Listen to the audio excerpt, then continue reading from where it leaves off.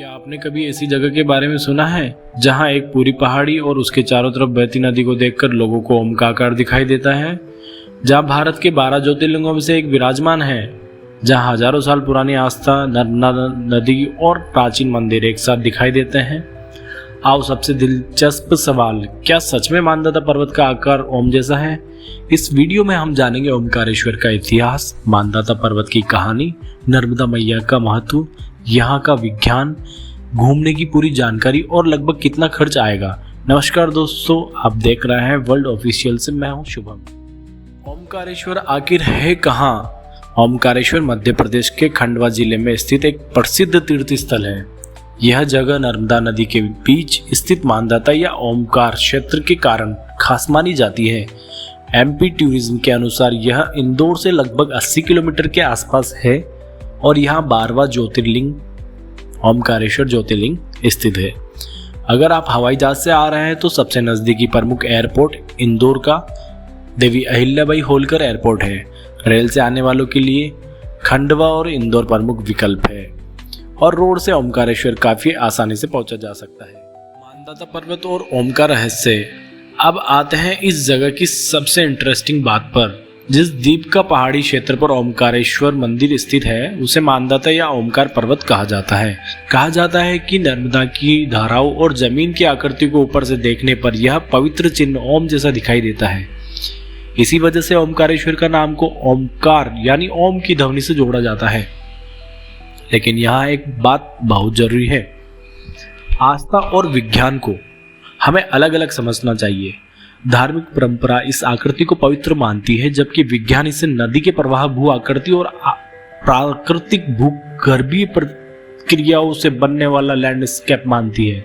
यानी ओम जैसा दिखना एक वास्तविक भौगोलिक रिसेम्बलेंस है, लेकिन विज्ञान यह प्रमाणित नहीं कर सकता है कि आकृति किसी अलौकिक शक्ति ने बनाई है। और शायद यही इस जगह को इंटरेस्टिंग बनाता है। एक ही लैंडस्केप को लोग आध्यात्मिक नजर से भी देखते हैं और वैज्ञानिक नजर। ओमकारेश्वर का इतिहास और कथा। ओमकारेश्वर की पहचान सिर्फ एक मंदिर से नहीं, यह सदियों से भारत की धार्मिक और आध्यात्मिक परंपरा का महत्वपूर्ण केंद्र रहा है। धार्मिक परंपराओं में ओमकारेश्वर से जुड़ी कई कथाएं मिलती हैं। एक प्रसिद्ध कथा विंध्य पर्वत की तपस्या से जुड़ी है, जिसमें भगवान शिव की आराधना के बाद ओमकारेश्वर ज्योतिर्लिंग के प्रकट होने की बात कही जाती है। एक दूसरी परंपरा राजा मानदाता की तपस्या के इस क्षेत्र को जोड़ती है। यही कारण है कि इस स्थान का नाम मानदाता से भी जुड़ा हुआ मिलता है। इतिहास की दृष्टि से यहाँ मौजूद मंदिरों की वास्तुकला और पुराने अवशेष बताते हैं यह लंबे समय से धार्मिक गतिविधियों का महत्वपूर्ण केंद्र रहा है। और यह सिर्फ ओमकारेश्वर मंदिर ही नहीं है, नर्मदा के दूसरे किनारे पर स्थित ममलेश्वर टेम्पल भी बेहद महत्वपूर्ण है। ओमकारेश्वर और ममलेश्वर।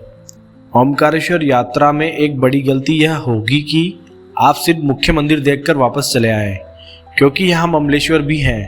एमपी टूरिज्म के अनुसार ममलेश्वर को अमलेश्वर भी कहा जाता है और धार्मिक परंपरा से ओमकारेश्वर और ममलेश्वर को एक ही ज्योतिर्लिंग की दो महत्वपूर्ण अभिव्यक्तियों से जोड़ा जाता है। इसलिए अगर आप यहाँ दर्शन के लिए आए हैं तो दोनों मंदिरों को आपकी यात्रा में जरूर शामिल करें। मां नर्मदा सिर्फ एक नदी नहीं है। अब बात करते हैं उस नदी की जिसके बिना ओमकारेश्वर की कल्पना करना मुश्किल है। मां नर्मदा का उद्गम अमरकंटक क्षेत्र से माना जाता है और यह पश्चिम दिशा में बहते हुए अराबियन सिया तक पहुंचती है। सेंट्रल वाटर कमीशन के एक सरकार दस्तावेज के अनुसार नर्मदा लगभग 1312 किलोमीटर लंबी है और विंध्य तथा सप्तपुरा रेंज के बीच एक रिफ्ट वैली से होकर बहती है। हिंदू परंपरा में नर्मदा को एक पवित्र नदी और देवी के रूप में पूजा जाता है। नर्मदा परिक्रमा की भी बहुत पुरानी धार्मिक परंपरा है, जिससे श्रद्धालु नदी के किनारे 7 लंबी तीर्थ यात्रा करते हैं।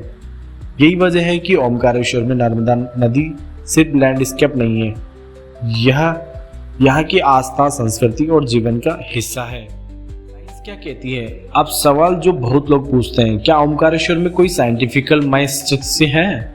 विज्ञान की नज़र में सबसे इंटरेस्टिंग चीज़ यहाँ का भूगोल है। नर्मदा वैली भारत की महत्वपूर्ण जियोग्राफिकल स्ट्रक्चर में से एक है। भारत सरकार ने जियोग्राफिकल रिसोर्सेज में नर्मदा सौर अलाइनमेंट को भारतीय भूभाग की एक महत्वपूर्ण जियोग्राफिकल डिसकंटिन्यूटी बताया है, यानी इस क्षेत्र की जमीन का इतिहास बहुत पुराना है, जियोग्राफिकल मोमेंट से जुड़ा हुआ है। लेकिन ध्यान रखिए, यह कहानी सही नहीं होगा कि साइंस से साबित कर दिया कि ओमकारेश्वर कोई चमत्कारी ऊर्जा केंद्र है। ऐसा वैज्ञानिक प्रमाण उपलब्ध नहीं है। सही बात यह है कि यहाँ की जियोग्राफिकल, नदी की दिशा, पहाड़, चट्टानें और धार्मिक इतिहास मिलकर इसे एक बेहद यूनिक जगह बनाते हैं।